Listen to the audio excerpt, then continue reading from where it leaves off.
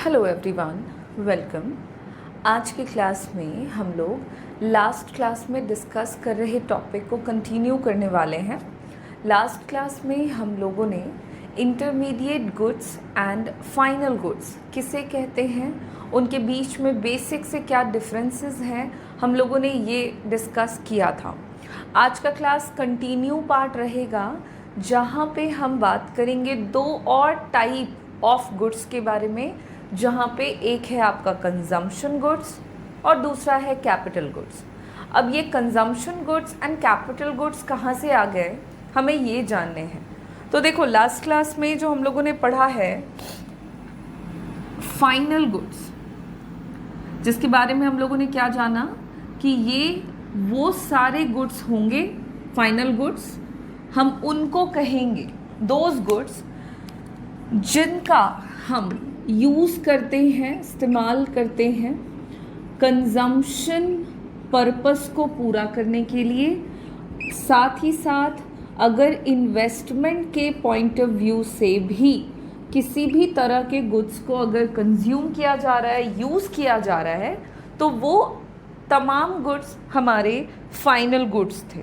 ठीक है, जैसे कि कंजम्पशन से रिलेटेड नीड को पूरा करने के लिए हम कई तरह के गुड्स का इस्तेमाल करते हैं। सपोज करेंगे कि हमें भूख लगी है और हमने क्या किया कि एक ब्रेड परचेज किया फ्रॉम द मार्केट और हमने उस ब्रेड को कंज्यूम कर लिया। तो यहाँ पे कंजम्पशन रिलेटेड नीड हमारी पूरी होती है किससे? ब्रेड से। ब्रेड जो है वो एग्जाम्पल है फाइनल गुड्स का। क्यों? क्योंकि ब्रेड का इस्तेमाल हम फर्दर इन्वेस्टमेंट प्रोसेस के लिए या फिर इसको दोबारा रीसेल करने के लिए नहीं करेंगे, बल्कि ब्रेड को हमने क्यों यूज़ किया? क्योंकि हमारा कंजम्पशन रिलेटेड नीड था और हमें उसको पूरा करना था। ठीक उसी तरह अगर हम बात करते हैं इन्वेस्टमेंट नीड की या इन्वेस्टमेंट की, तो इन्वेस्टमेंट के लिए भी हम कई तरह के गुड्स का इस्तेमाल करते हैं। सपोज करें आप कि किसी कॉलेज में फर्नीचर के तौर पर कुछ डेस्क एंड बेंचेस परचेज किए गए हैं, या आप चलो कुछ डेस्क्स जो हैं वो परचेज किए गए। अब यहाँ पे ये जो डेस्क है, इसमें कॉलेज के द्वारा जो भी पैसे खर्च किए गए वो पैसा एक तरह का इन्वेस्टमेंट है, राइट? तो ये जो डेस्क है यहाँ पे कमोडिटी, ये भी हमारा इस सेंस में क्या कहलाएगा? तो फाइनल गुड्स कहलाएगा, क्योंकि इस डेस्क का इस्तेमाल किया गया कॉलेज के द्वारा। क्यों? क्योंकि उनको इन्वेस्टमेंट करना था और इन्वेस्टमेंट के लिए जिस कमोडिटी का उन्होंने यूज़ किया वो फाइनल गुड्स है। तो हम लोगों ने इतनी बातें लास्ट क्लास में करी थी, ये मैं रिकॉल क्यों करा रही हूँ अभी समझ में आएगा।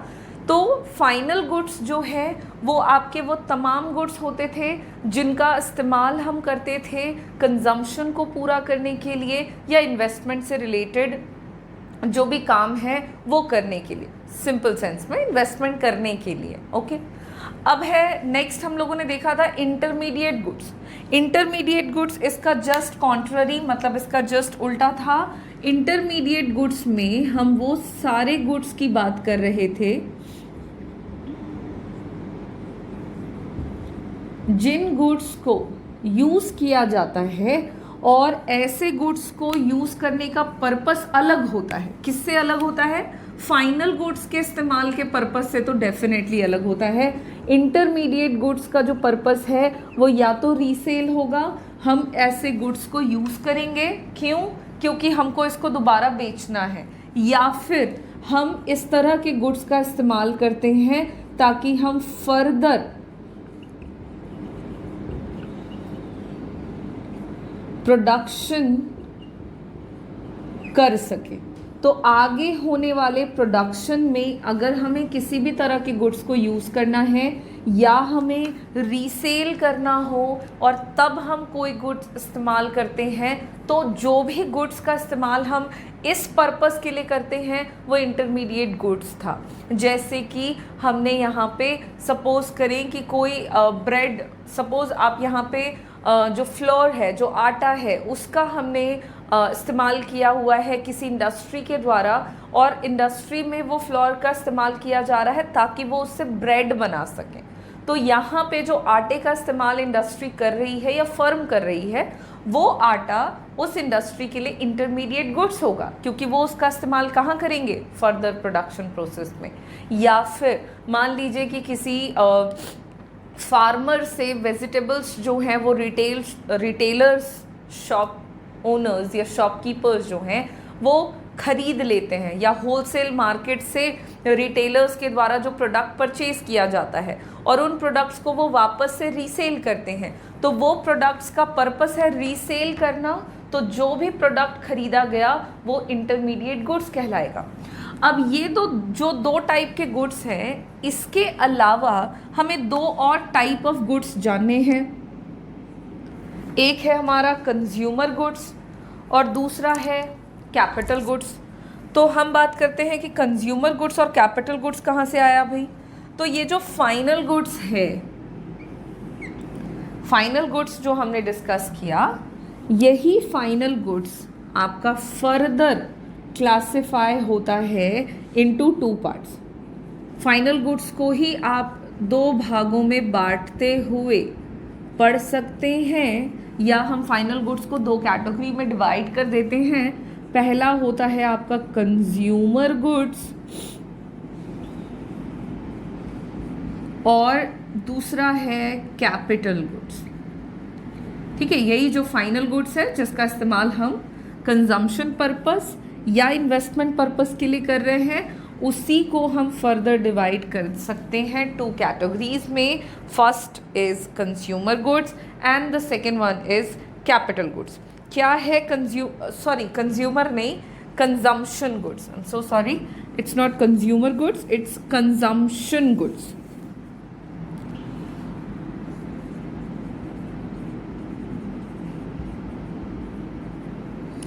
तो क्या है ये consumption goods and consumer goods, जरा देख लें। तो कंजम्पशन गुड्स का मीनिंग चलो पहले लिख लेते हैं, फिर इसको हम समझेंगे। Consumption goods refers to those goods which satisfy the consumer needs or consumer wants.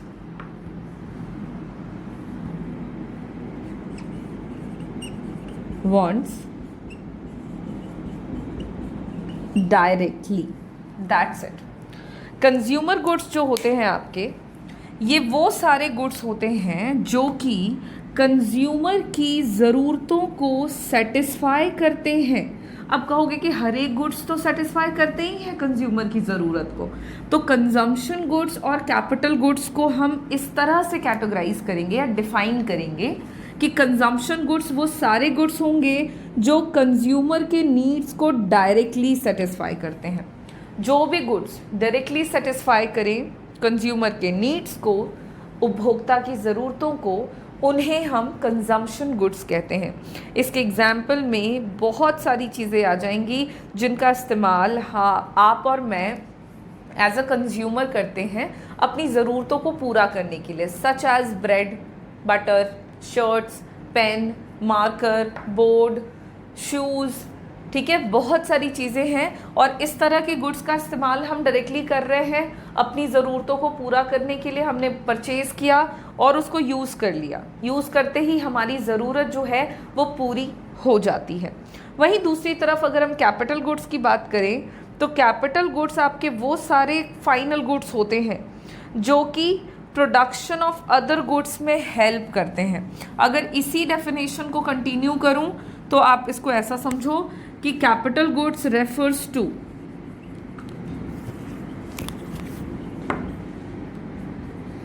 Those goods, those final goods भी आप कह सकते हैं, those final goods which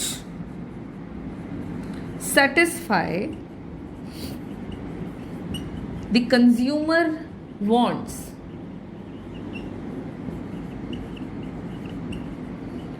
indirectly.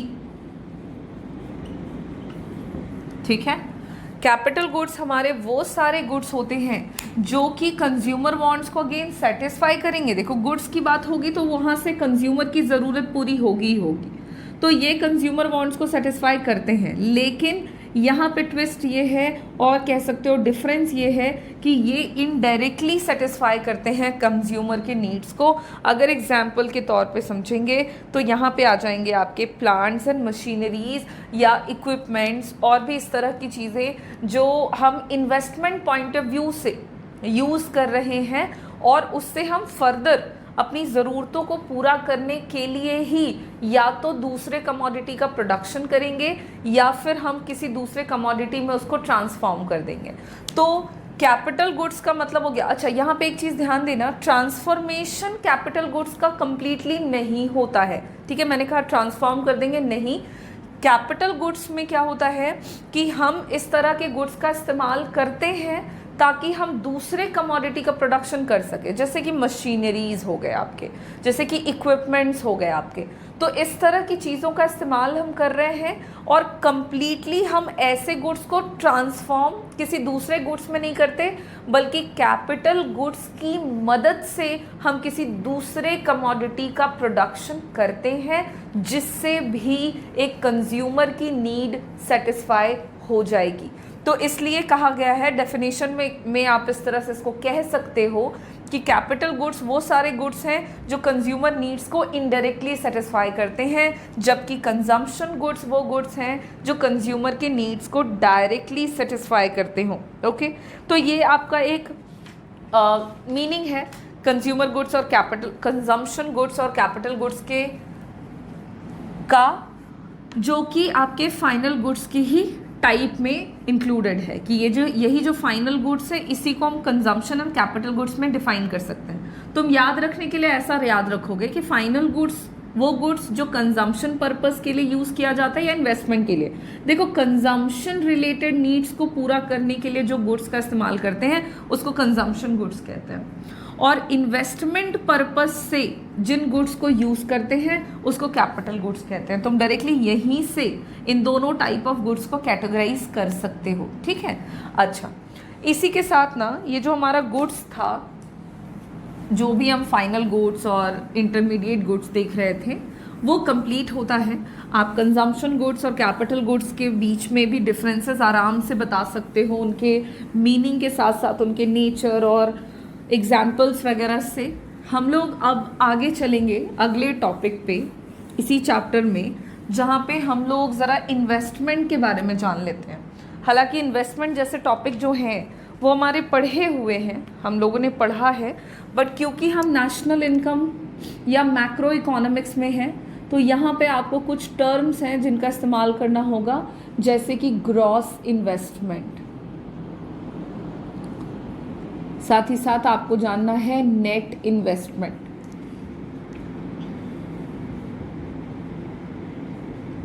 और हम बात करेंगे डेप्रिसिएशन किसे कहते हैं.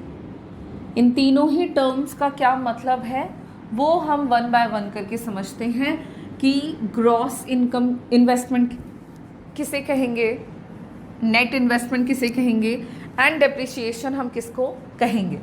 तो देखो, इससे पहले कि ग्रॉस इन्वेस्टमेंट की बातें करें, नेट इन्वेस्टमेंट की बातें करें, सबसे पहले तो एक बार रिमाइंड कर लेते हैं कि इन्वेस्टमेंट का क्या मतलब है.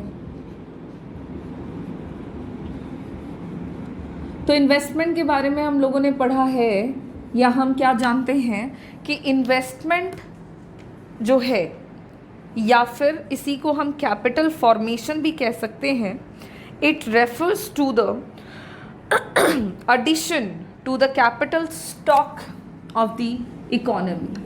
इन्वेस्टमेंट क्या है? तो इन्वेस्टमेंट एक तरह का एडिशन है. आप इसको कैसे डिफाइन करो? It refers to the addition. किसमें वृद्धि को इन्वेस्टमेंट कहेंगे या किसमें वृद्धि को हम निवेश कहेंगे? तो addition to the capital stock देश में, या जनरली ये गवर्नमेंट के सेंस में बात करें तब हो जाता है देश में, लेकिन अगर इकोनॉमी में, ठीक है, इकोनॉमी में कैपिटल स्टॉक की मात्रा में जब वृद्धि की जाती है तो उस वृद्धि को करने के लिए जो पैसा खर्च होता है उसको हम इन्वेस्टमेंट कहते हैं। जैसे कि देश में कोई इकोनॉमी में किसी भी तरह की कोई इंडस्ट्री का सेटअप कर दिया गया, तो इंडस्ट्री जो है वो इकोनॉमी का कैपिटल स्टॉक है, पूंजी है, और वो संपत्ति है, तो पूंजी के तौर पर संपत्ति है। उसका सेटअप करने में पैसे खर्च हुए, तो जो भी पैसा खर्च किया गया किस में, कैपिटल स्टॉक के इंक्रीमेंट में, उस पैसे को हम निवेश कहते हैं अर्थशास्त्र की भाषा में। इकोनॉमिक्स में हम addition of capital stock in an economy को इन्वेस्टमेंट के नाम से जानते हैं। अब यही इन्वेस्टमेंट जो है इसके हमको कुछ वैरायटी जानने हैं। यही इन्वेस्टमेंट जो है ये आपके दो तरह से किए जा सकते हैं। एक इन्वेस्टमेंट जो कि कहलाएगा ग्रॉस इन्वेस्टमेंट, और एक और टाइप ऑफ इन्वेस्टमेंट जिसको आप कह सकते हैं net investment.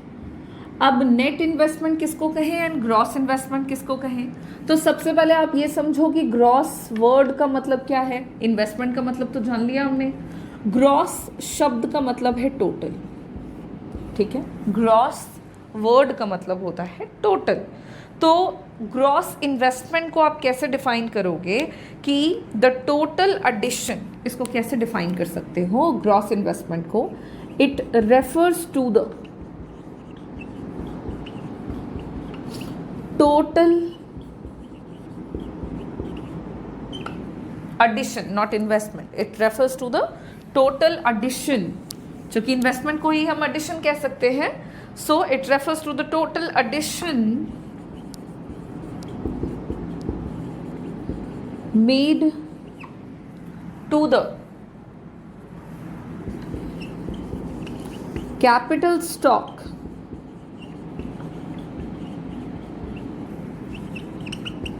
of an economy in a given period of time, या पर्टिकुलर पीरियड ऑफ टाइम। क्यों यहाँ पे हमने पर्टिकुलर पीरियड टर्म को ऐड किया है ये भी जानने वाली बात है। तो देखो, जब हम शब्द इस्तेमाल कर रहे हैं टोटल, तो ये टोटल शुरुआत कहाँ से और ख़त्म कहाँ तक, इसको जानना है। तो क्योंकि इकोनॉमी की जब हम बात करते हैं, हम इकोनॉमी में होने वाले इन्वेस्टमेंट की बात कर रहे हैं, और इकोनॉमी में इन्वेस्टमेंट जो है वो भी एक कॉन्टिन्यूटी में चलता रहता है, होता रहता है। तो आप क्या करोगे, एक निश्चित समय अवधि की बात करेंगे हम। जनरली हम इसको मान लेते हैं ईयर, एक साल में मान लेते हैं कि एक साल में देश में कैपिटल स्टॉक की मात्रा को बढ़ाने के लिए जो टोटल पैसा खर्च किया गया उसी को हम क्या कहेंगे, तो उसी को हम कहेंगे ग्रॉस इन्वेस्टमेंट। उसी टर्म को हम ग्रॉस इन्वेस्टमेंट के नाम से जानेंगे। तो सिंपल सा सेंस है, इन्वेस्टमेंट का मतलब ही हो गया कैपिटल स्टॉक में वृद्धि, और ग्रॉस का मतलब हो गया total. So gross investment refers to the total addition made to the capital stock of economy in a given period of time. इसमें जो है कैपिटल स्टॉक की बात करोगे तो जो शब्द है कैपिटल स्टॉक, इसमें आपकी दो चीज़ें आती हैं, ठीक है। एक है आपका, इसमें कैपिटल स्टॉक में दो चीज़ें हम इंक्लूड करते हैं। एक है आपका फिक्स्ड एसेट्स, इसमें सारे फिक्स्ड एसेट्स आ जाएंगे, और इसमें आपके अनसोल्ड स्टॉक आते हैं, ठीक है। जितने भी फिक्स्ड एसेट्स हैं और जितने भी अनसोल्ड स्टॉक हैं, इन सबको हम, इन दोनों को हम इंक्लूड करते हैं कैपिटल स्टॉक में, और इनमें इनकी मात्रा में जो टोटल वृद्धि की जाती है एक निश्चित समय अवधि में, उसी को हम ग्रॉस इन्वेस्टमेंट के नाम से समझते हैं या जानते हैं। सो अब है आपका नेट इन्वेस्टमेंट, कि नेट इन्वेस्टमेंट क्या है। तो net investment and gross investment, इन दोनों को समझने के लिए आपको सबसे पहले एक टर्म और जानना पड़ जाएगा, दैट इज द डेप्रिसिएशन, क्योंकि डेप्रिसिएशन की मदद से ही हम नेट इन्वेस्टमेंट को समझते हैं। सबसे पहले तो ग्रॉस इन्वेस्टमेंट समझ गए। अब अगर तुमको नेट इन्वेस्टमेंट जानना हो तो ये क्या है, तो नेट इन्वेस्टमेंट आपका सिंपली डिफरेंस होता है। नेट इन्वेस्टमेंट हमारा सिंपल सेंस में अंतर है। अब अंतर है तो दो चीज़ों का होगा, किनका किनका अंतर है ये, तो net investment is a difference of gross investment, gross investment जो किया जाता है इकोनॉमी में एक समय में, पर्टिकुलर टाइम पीरियड में, और डेप्रिसिएशन का, जो डेप्रिसिएशन होता है उसका, एंड ग्रॉस इन्वेस्टमेंट का जो अंतर आता है उसी को हम नेट इन्वेस्टमेंट कहते हैं। बातें ज़रा ध्यान से समझिएगा। ग्रॉस इन्वेस्टमेंट का मतलब टोटल एडिशन जो कैपिटल स्टॉक में किया गया इकोनॉमी में एक दिए हुए समय में। कैपिटल स्टॉक का मतलब फिक्स्ड एसेट्स भी है, अनसोल्ड स्टॉक्स भी हैं। अब क्या है कि इस ग्रॉस इन्वेस्टमेंट में जब हम डेप्रिसिएशन को हटा देते हैं तो उसके बाद जो डिफरेंस आता है उसी डिफरेंस को हम नेट इन्वेस्टमेंट कहते हैं। डिफाइन कैसे करोगे, तो net investment refers to actual addition made to the capital stock of economy in a given period of time. जहाँ पे अगर हम डेप्रिसिएशन की बात करें कि डेप्रिसिएशन टर्म का मतलब क्या है, तो डेप्रिसिएशन टर्म का मतलब ये हुआ कि कैपिटल स्टॉक,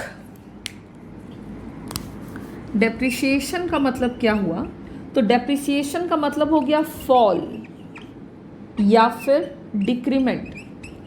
किसमें कमी की बात कर रहे हैं हम, तो फॉल और decrement in the value of capital stock. देखो है क्या, ये पूंजी संपत्ति है, ठीक है। तो ये जो संपत्ति है ना, इसका वैल्यू समय के साथ, जैसे जैसे समय बीतता है तो ऐसी पूंजी संपत्तियों का, कैपिटल स्टॉक का जो वैल्यू है वो घटता है, डेप्रिशिएट करता है। तो जितना भी वैल्यू उसका घटा उसको जब हम ग्रॉस इन्वेस्टमेंट में हटा देंगे, लाइक उसको घटा देंगे, तब जो एक्चुअल एडिशन हमको देखने को मिलेगा उसी को हम नेट इन्वेस्टमेंट कहेंगे, ठीक है। Depreciation refers to fall in the value of fixed assets due to normal wear and tear, passage of time और expected obsolescence, जिसमें जनरली क्या होता है कि चेंज इन टेक्नोलॉजी वगैरह ऐड होता है। देखो कैपिटल स्टॉक में क्या बताया, पहले ही बताया कि fixed assets and unsold stock जो है ये दोनों आता है। तो जो फिक्स्ड एसेट है, ध्यान देना यहाँ पे, जो फिक्स्ड एसेट है ना, इसका वैल्यू समय के साथ घटता है, डिक्रीज करता है। इसके डिक्रीज होने के पीछे बहुत सारे कारण हैं। जनरल वियर एंड टियर जो एक्सपेंसेस या जो खर्चे होते हैं, फिक्स्ड एसेट के तौर पे कोई मशीनरी है, या मान लो कि सड़कों की हम बात कर रहे हैं, या मशीन ज़्यादा रिलायबल होगा, तो मशीनरीज की अगर आप एग्जाम्पल ले लो तो किसी भी इंडस्ट्री में मशीनरी के तौर पर पैसा खर्च किया गया। अब वो मशीनरी जो है वो समय के साथ चलते चलते चलते चलते उसमें कुछ ना कुछ कमी खराबी या उसका वैल्यू जो है वो घटेगा। तो जो भी वैल्यू उसका घट गया उसको जब तुम टोटल इन्वेस्टमेंट जो किया गया था उसमें घटा दोगे तो जो नेट अमाउंट आएगा that will be the net investment. So net investment and gross investment का जनरल जो डेफिनेशन है, मीनिंग है, वो यही है।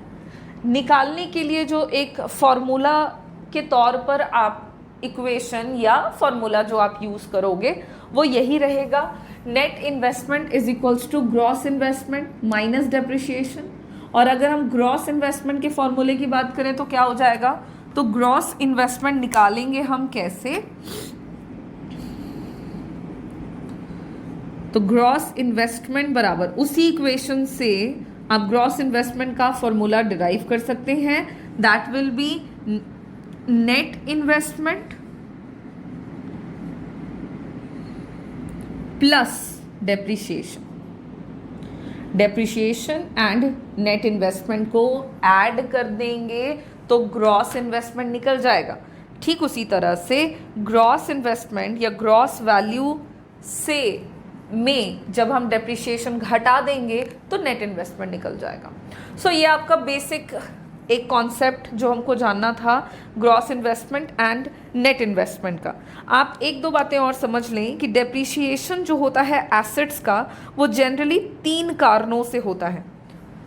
डेप्रिसिएशन के जनरली 3 कारण हैं, वैल्यू के घटने के 3 कारण हैं। क्या क्या कारण हैं? तो सबसे पहला जो मैंने बताया आपको, normal wear and tier. Normal wear and tier को आप ऐसा हिंदी में घिसाई कह सकते हैं, समझ सकते हैं।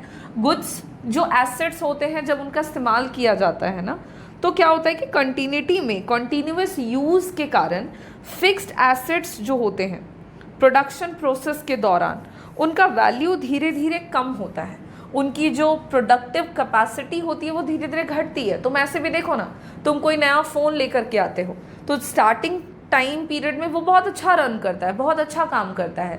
जैसे जैसे तुम उसके यूजेस को बढ़ाते जाते हो, लाइक तुम यूज़ उसको कर रहे हो, समय बीतता चला जा रहा है, तो क्वांटिटी में जब तुम उसका इस्तेमाल कर रहे हो तो उसकी कैपेसिटी थोड़ी घटती है। स्टार्टिंग में बहुत जल्दी जल्दी चार्ज हो जाता होगा या स्टार्टिंग में बहुत अच्छे से वर्क करता है, लेकिन धीरे धीरे क्या होता है कि उसकी प्रोडक्टिव कैपेसिटी जो होती है वो घटती है।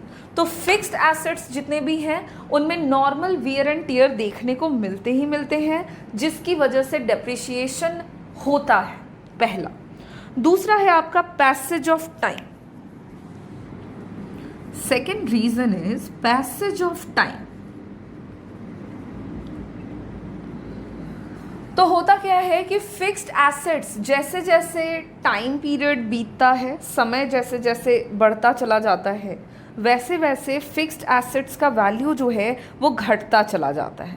जनरली आपका ऐसा देखने को मिलता ही है। वही सेम एग्जाम्पल जो मैं आपको बता रही थी, जैसे नेचुरल फैक्टर्स भी इसके पीछे कुछ रोल प्ले करते हैं। नेचुरल फैक्टर्स की बात करें तो जैसे कि रेन है, विंड है, वेदर है, तो ये सब भी मिल के कॉन्ट्रीब्यूट करते हैं फिक्स्ड एसेट्स के वैल्यू को घटाने में पैसेज ऑफ टाइम के दौरान। मतलब कोई मशीन है तो क्या होता है कि मशीन धीरे धीरे आपकी उसकी कैपेसिटी घटती जाती है, क्योंकि इसके पीछे आपके समय के साथ साथ बहुत सारे फैक्टर्स काम करते हैं। एक तरफ हम उसका यूज़ कर रहे हैं क्वांटिटी में, दूसरी तरफ बहुत सारे फैक्टर्स हैं जो उसको एडवर्सली अफेक्ट करते हैं, और एडवर्स इम्पैक्ट के कारण उसका जो वैल्यू है, उसकी जो कैपेसिटी है वो घटती जाती है। तो ये भी एक इम्पॉर्टेंट आपका कारण है कि डेप्रिसिएशन आपको देखने को मिलता है। And next is expected obsolescence।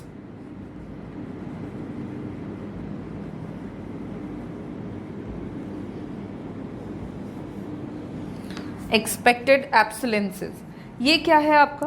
तो एक्सपेक्टेड एब्सोलेंस का मतलब हो गया कि जो वैल्यू होता है फिक्स्ड एसेट्स का वो घटता है आपका ड्यू टू एक्सपेक्टेड एब्सोलेंसेस। मतलब कि वैल्यू जो है वो टेक्नोलॉजी वगैरह में चेंज हो रहे के कारण भी घटता है।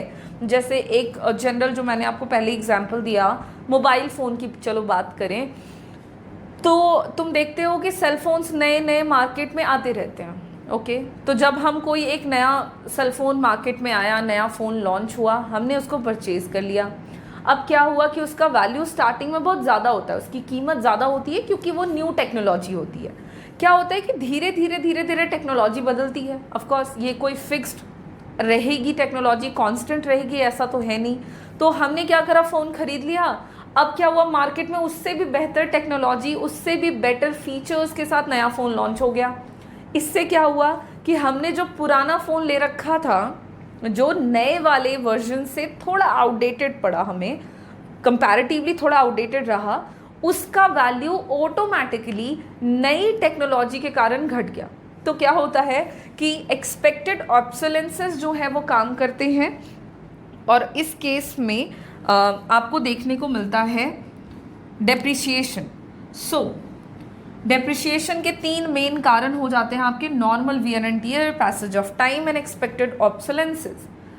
अब यहाँ पे हमारा डेप्रिसिएशन का टर्म क्लियर हो चुका है।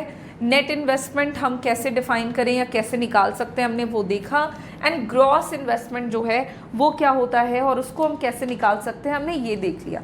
इसी के साथ हमारा ये जो टर्म्स था gross investment, net investment and depreciation, ये हमारा यहाँ पे कंप्लीट हो जाता है। और इसके बाद और भी छोटे छोटे टर्म्स है। देखो इन सारे छोटे छोटे टर्म्स को तुमको अच्छे से जान लेना है, याद रखना पड़ेगा, ताकि आगे जब हम इसको सेंटेंसेस में या किसी के मीनिंग में यूज़ करें देन ऑटोमेटिकली आपको हिंट करना चाहिए कि हाँ ग्रॉस इन्वेस्टमेंट का मतलब ये है या नेट इन्वेस्टमेंट हम ऐसे निकालते हैं। इसलिए पहले हम लोग बेसिक्स जितने भी टर्म्स हमको इस यूनिट के अंदर पढ़ने होंगे या जिनका हमको इस्तेमाल करना होगा हम वो देख ले रहे हैं। और फिर इसी तरह से और भी कुछ टर्म्स हैं जैसे कि net indirect taxes, factor cost, market price, इस तरह के छोटे छोटे टर्म्स हैं, उसको भी हम हमारे नेक्स्ट क्लास में कंटिन्यू करते हुए कंप्लीट करेंगे। और आज की क्लास को हम यहाँ पे फिनिश करते हैं। Thank you.